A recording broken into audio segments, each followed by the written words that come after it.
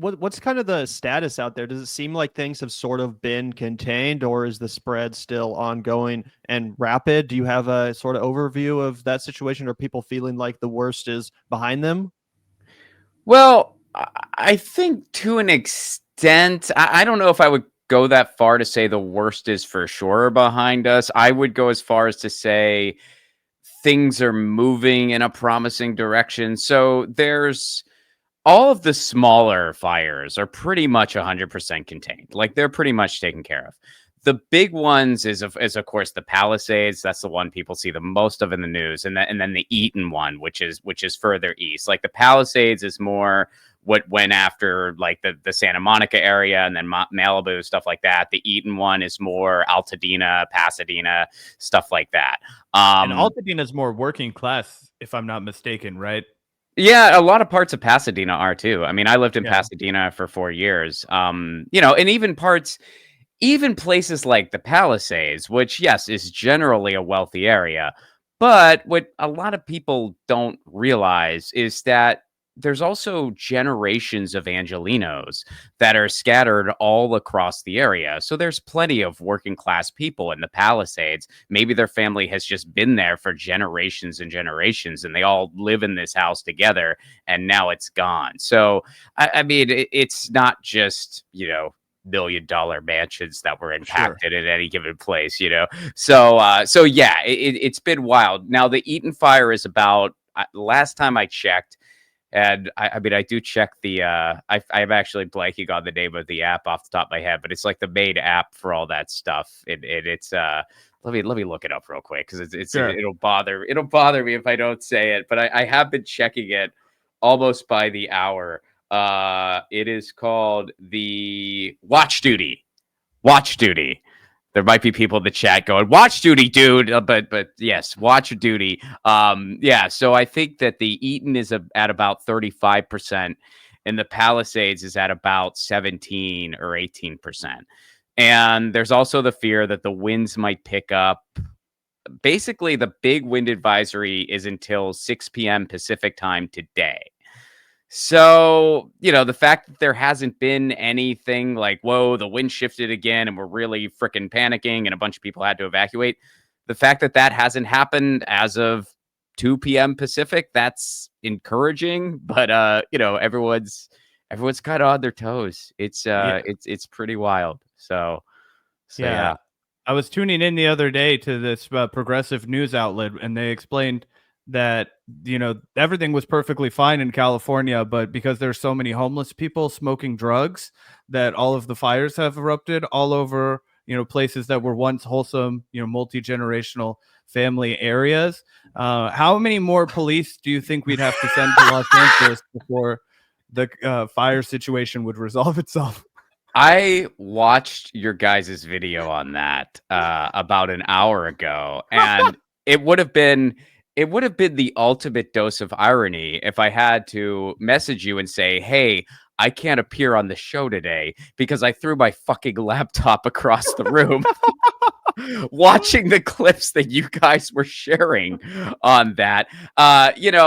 So yeah, and I know you talked about, I didn't get to see what you guys were doing prior to me coming on. I just kind of logged in here, but I know that that you have been covering some of the things Jake and Anna have been saying, and that has been a very frustrating element to all of it. And it's not just the two of them; it's the people parroting all that stuff too, because it is so freaking ridiculous on so many levels, and we're living in a world where multiple things can't be true at the same time. So first of all, to the first point you made, there are no homeless people under investigation right now for starting fires with their crazy drugs, but you know who is going to be under investigation for a little bit?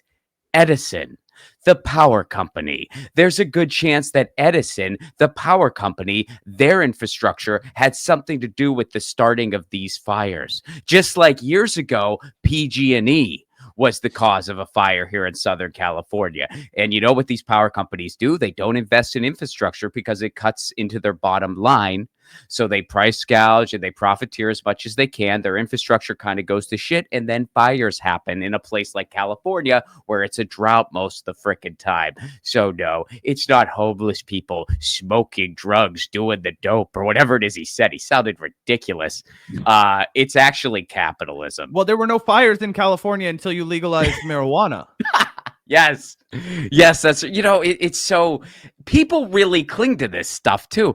I can give you an example. So, I have been going on my daily walk like I do. And honestly, I do not take that for granted. Side note, I'm very thrilled. And I wear a mask because the air's so freaking terrible. But I am very thankful that I can do that right now because I mean, hey, I have a lot of friends in the area. They would love to have the luxury of just going on a walk right now.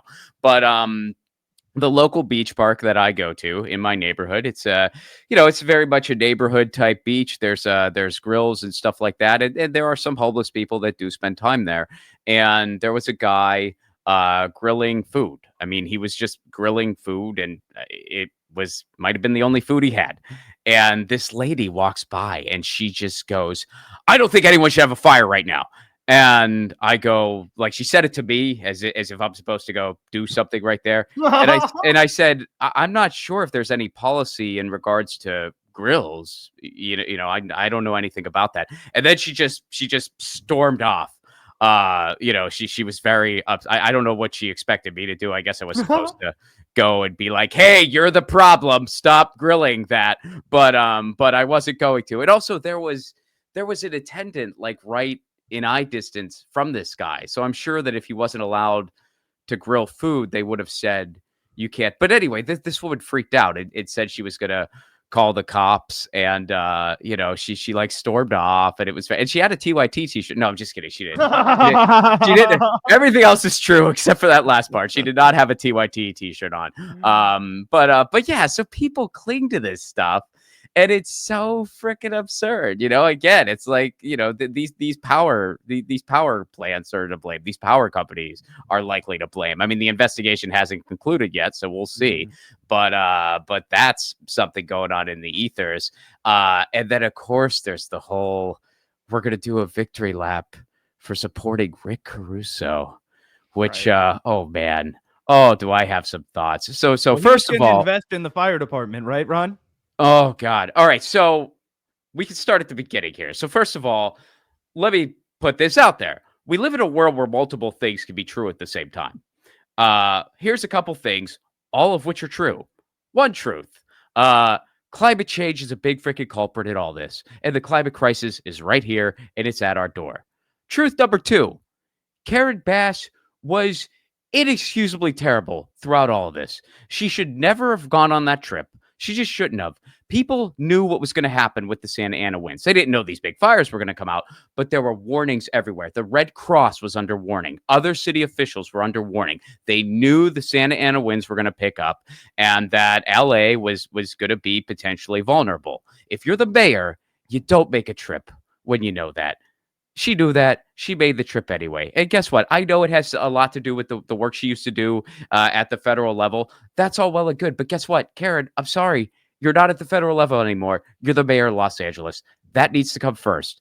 I'm not saying you can't travel ever. Of course you can. And if you never left Southern California, whenever there's a chance of a fire ever, you'd never leave Southern California. Because guess what? That's always a possibility out here. But when we had the advisories we did, I'm sorry, you don't make that frickin' trip.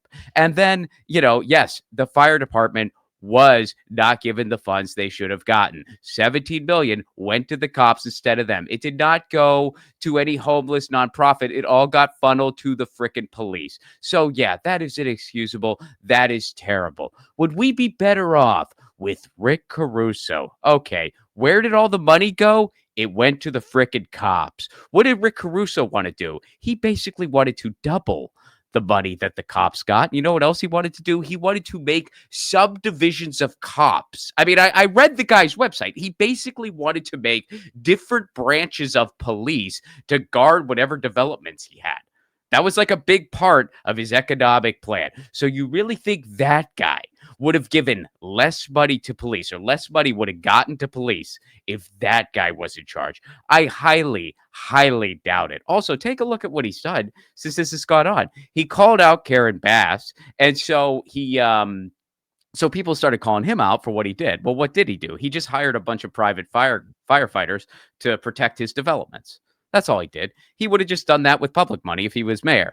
Then after he got called on it, I'll give credit where it's due. He donated some money to the fire department. I think it was $5 million he donated. All right, kudos. That's nice. That's a good thing to do. The guy's worth billions. Okay, so I'm glad he did it. But that's the equivalent of me or you loaning somebody $10. I mean, the guy's worth billions. And would he have even done that if he hadn't gotten called out for stuff? I don't know. Maybe he would have. Who knows? Seems like no PR idea to me. Right. I mean, totally. And it likely was. I mean, I'm not going to say definitively because I don't know. I'm not inside the guy's brain, but whatever. And here's another little fun tidbit for y'all. So people brought up homelessness, and they brought up homelessness in regards to him. So his homelessness plan was basically to just push the ball into the area, and he was going to build some kind of housing for it. Ghetto for homeless people, that ass. Pretty much. There's another layer to this a lot of people do not realize. And this is the big reason why I voted for Karen Bass, to make sure that guy did not become mayor. If it just would have been two blank suit Democrats, I would have left it blank. You know what I mean? If it just would have been Karen Bass and a Karen Bass clone, I would have been like, the city can decide. This is just, there's not really a choice here. Like, whatever. But this guy, what was a prominent component of his plan was a little asterisk that would have given him land use authority that a mayor has never had before. So it would have involved altering the city charter and all of that. And it would have given Rick Caruso, a developer who has displaced tons of people, and developing is his agenda. That is his MO. That is how he made billions. It would have given him, as mayor, meaning he reports to basically nobody as far as the city's concerned. It would have given him land authority use that a mayor has never had before. That was the little thing baked into his plan. You think that was a coincidence? It wasn't. Come on. You're going to use it to maybe make a big reservoir of water and to train all of the firemen, Ron? I don't know. Only his firefighters would have access to it. That's the caveat. And it wouldn't be a reservoir, Zach. It'd be a swimming pool. But Yeah, well, speaking of Caruso, some people are saying that not only could he run again for mayor, but even governor of California, sort of using this tragedy as a springboard. And, people like Jink and Anna out here implying that he would have handled it better or differently. It's terrifying stuff for the future of your state, Ron. And I'm just interested, as these issues increase and as people seem to misinterpret them sometimes or place the blame at other issues that have also built up, like the homelessness crisis, how can the left counter this? Because it does seem like increasingly California is getting a little bit red pilled, and this isn't going to help anything. And again, unfortunately, due to the fact that the Democratic Party has become this neoliberal shell of its former self, and people associate Gavin Newsom and Karen Bass with the left gets blamed, and then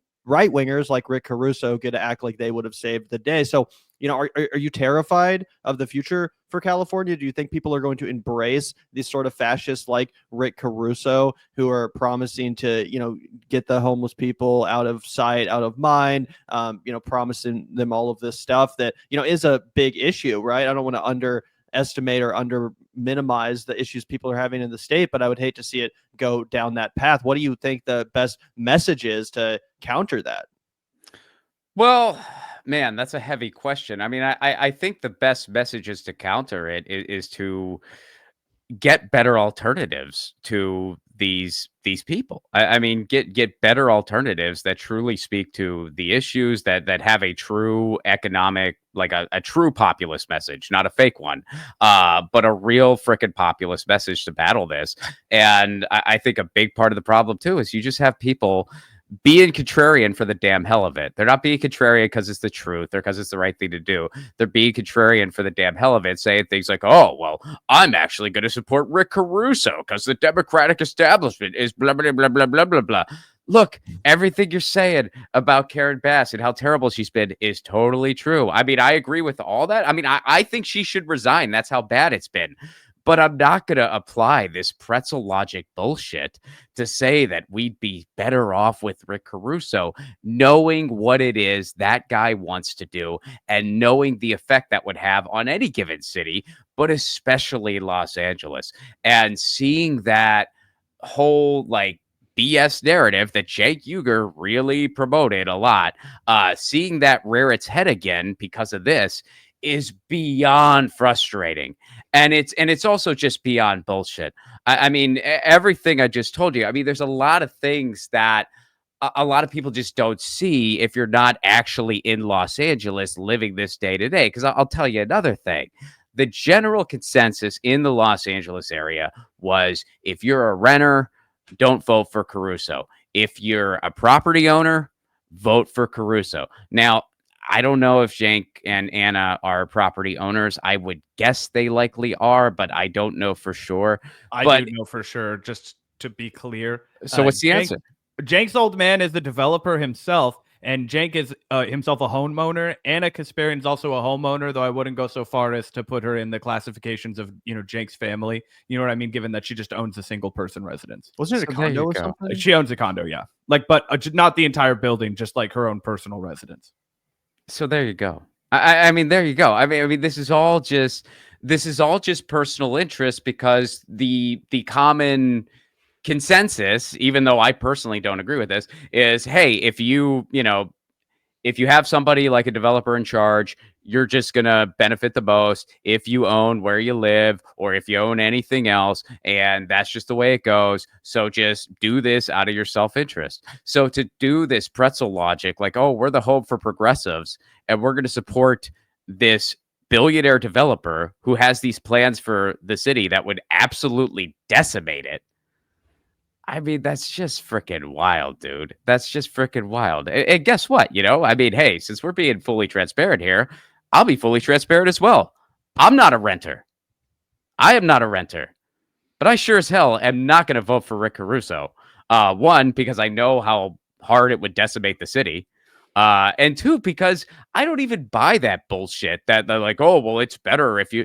Dude, if a place is so unattainable and unaffordable that people can't afford to live there, and people are going out and people are reduced to crime and people can't work in a coffee shop, people can't work in a restaurant, people can't, you don't have a solid working class that can go out and spend entertainment dollars. If you don't have that in a given place, guess what?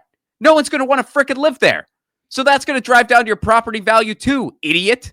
Like what the? So it blows my mind. So you have to constantly combat that absolute nonsense propaganda that's out there all the time. Oh, don't support rent control. Don't support this. It's like, no, you want all of those things in a given place. Even if you're not a renter yourself, you want rent control. And so yeah, seeing this, at first I kind of gave, I don't want to say the benefit of the doubt, but I kind of thought well, maybe they just really don't pay attention to local issues. So they have this very, limited lens to which they're analyzing it from. But now I'm just like, no, you're just looking out for your own self-interest. And you know what? I have a neighbor down the hill from me. He has a Rick Caruso sign in his yard. He's a really nice guy. We say hello to each other every time. We make small talk. He sees me in my Wobblies hat. I see his Rick Caruso poster. We probably both realize that if we ever talk politics, we'd probably have a lot of disagreements. But he's a nice fella. We say hello to each other. And I don't have a problem with him. It's okay that he thinks differently than I do. You know what I would have a problem, though? If he had a network that had over 6 million subscribers and said it was the home for frickin' progressives and parroted those frickin' ideas, I'd have a problem then. So, you want to be a right winger, that's fine. Hopefully Fox News gets the audition tape, but stop saying you're the home of frickin' progressives. I'm sorry. Yeah, yeah. Well, I guess my only other question in that regard, Ron, is as someone who has been a part of the progressive media scene yourself for a while, you've seen a lot, obviously, from back in the day at the Jimmy Dore show, where you wrote and co-hosted occasionally, or not occasionally, but pretty often. From your time briefly as part of the TYT network, I think at one point your show was affiliated with them. What is kind of your observations about the state of this space? And just what's happened, where it's going, where you feel things are at right now. Well, Gavin, it's funny. There's a book I'm writing. No, I'm just kidding. For now, maybe at some point. But actually, I've been affiliated with TYT Network longer than Jimmy Dore. I mean, that was how I met Jimmy. I met Jimmy because I was doing stuff on the TYT Network, which I got connected through via Lee Camp at a comedy show years ago. Yeah. It's kind of a weird web of connection, but yeah, I brought Lee Camp in and opened for him. That's how Lee and I became friends. And this was 2013, maybe even actually maybe even longer ago than that. It's not important, but around that time. And he was not directly on the TYT network, but he was kind of like adjacent and cool with everyone there. So I met some TYT people, became affiliated with the TYT network, and then whenever I would go to LA, I would do some of their smaller panel shows. They used to have all these like offshoot shows. I don't think they still have a lot of it anymore, but they used to. And it was all in like the YouTube space, either YouTube space LA, or there was like some other temporary space they were in for a little while. So that was where I met Jimmy. And that was before he was really all into the Jimmy Dore show. So then we just kind of kept in touch over the years. I mean, I was a road comic, so I would just, hit him up whenever I was in LA. And sometimes I would do, I think I did his radio show once when it was still like the radio show he had on KPFK. And then when I moved to town in 2016, one of the pieces of advice they give you is they say, hey, just look at all the comedy club listings. And if you know somebody who's headlining, just go check it out and say hello. So I looked at the listings. It was, I forget the exact date, but it was in May of 2016. I moved to LA in April of 2016. And I looked at the listings and who was headlining that weekend at Flappers Comedy in Burbank, which was really close to where I lived. I lived in Silver Lake at the time. Jimmy Dore was headlining.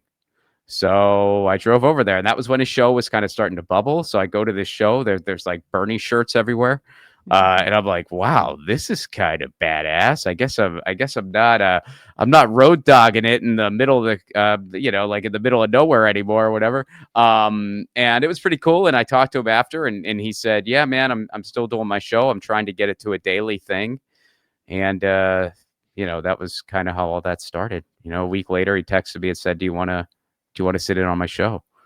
And then it just kind of kept going from there. So I've had peeks under the hood with TYT. I've had peeks under the hood with the Jimmy Dore show. I've had peeks under the hood with the Stephanie Miller show back in the day before leftists were completely banned from that show.